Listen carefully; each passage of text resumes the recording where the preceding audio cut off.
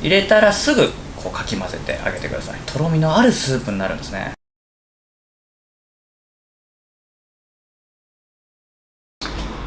はいどうも、料理の兄さん、リリーですということでですね、今回はですね、本当にもうね、さっき起きたんですけども、起きた体にもうジャストフィットするね、ジャストミートするおかゆですね。今回はですね、もう米から炊くとかもう無理なんだよね。今回はですね、もうダイエッターさんも超必見の豆腐の中華粥。これがですね、お米全く使わないのにおかゆっぽい豆腐を米代わりにするっていう非常にね、いいレシピなので作っていきたいと思います。リュウジのバズレシピ。ヘルシーな豆腐中華粥っていうのを作っていくんですけども、ヘルシーな豆腐中華粥に、合わせるものって言ったらやっぱりね、ヘルシーなドリンクですよね。糖質がね、ほとんどないっていうね、スーパードリンク、それも紹介しながらやっていきたいなっていうふうに思います。ジョッキじゃなくてもいいんですけども、必ずジョッキを用意してください。ここに氷をぶち込む。糖質ゼロ、スーパードリンクです。これすげえ音するのこれ。炭酸水はね、もう水ですからね、これね。カロリーゼロ。ハイボールができました。ヘルシー。茶番は終わりましたので、やっていきたいと思います。まずですね、今回はですね、包丁いらないんですね、これね。絹ごし豆腐ね。これ乱雑に入れますね。今回はね、300g。だから、軽く2人分あります。はい。入れていきます。ここにね。お水、ここに 360cc。結構入れますね。はい。入れていきます。火にかけてヘラで崩してもいいんですけども、泡立て器もしあったらね、これでガッシュガッシュと、ガッシュガッシュとね、砕いてくれる。そうするとね、一瞬にしてね、お米状にこう崩れてくるんですね。細かくね、崩れるんですよ。リュウジさん、なんでそんなに酒飲んでて痩せてるんですかって。体質じゃないんですよ。言えないところでこんな食べてるんですよ。これぐらいです。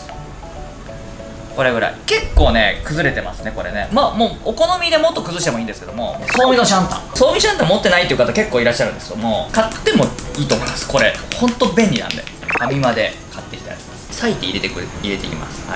これ裂き加減はね、お好みでいいです。ほぐれたサラダチキンとかもありますんで、めんどくさい方はね、ほぐしたサラダチキンでも全然いいですよ。サラダチキンもね、非常にこれね、タンパク質豊富でね、脂質が少なくて非常にヘルシー食材なんですよね。豆腐とサラダチキンさえ食ってればいいみたいなね、安心食材でございます。これは。いや、ちょっとめんどくさいし、混ぜてなじませてあげて、片栗粉ですね。片栗粉ね、大さじ1入れるんです。ここにね、大さじ1なんで小さじ3杯ですね。こんな感じ。倍量のね、お水で溶くんですよ、これね。だから大さじ2の、お水。そして沸騰してきますんで、そしたら火止めちゃいます。もう火を止めて、さっきの水溶きの片栗粉、倍量で溶いた、片栗粉をこう入れます。入れたらね、すぐね、こうやってかき混ぜてあげる。手早くやらないと片栗粉がね、餅みたいになっちゃうんで、入れたらすぐこうかき混ぜてあげてください。とろみのあるスープになるんですね。豆腐の香りとかが苦手な方とかいらっしゃるじゃないですか。そういう方はおろし生姜とか入れてあげてください。もう煮込む時点で大丈夫です。爽やかに召し上がっていただけるんで、これね、手頃な器に盛りましょうか。小ネギをね、ちょっとパラッとね、パラッとしてあげて、ちょっと仕上げに、これお好みなんですけども、ごま油をこう垂らしてあげると中華粥っぽくなってくるんじゃないかな。ということで、こちらでお豆腐の中華粥完成でございます。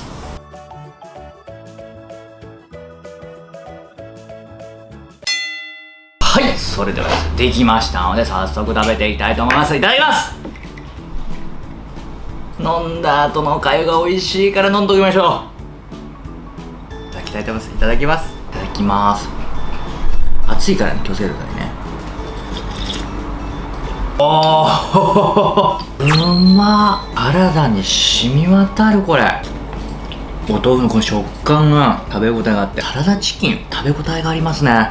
これで糖質が超少ないになっても救世主だね、これね。好みでね、卵を落としたりしてもいいし、小松菜入れていただいたりとか、ほうれん草ちょっと一緒にね茹でて、入れていただいたりとか、アレンジがしやすいんですよね。低糖質レシピだとは思えないほどうまいんだよねこれね。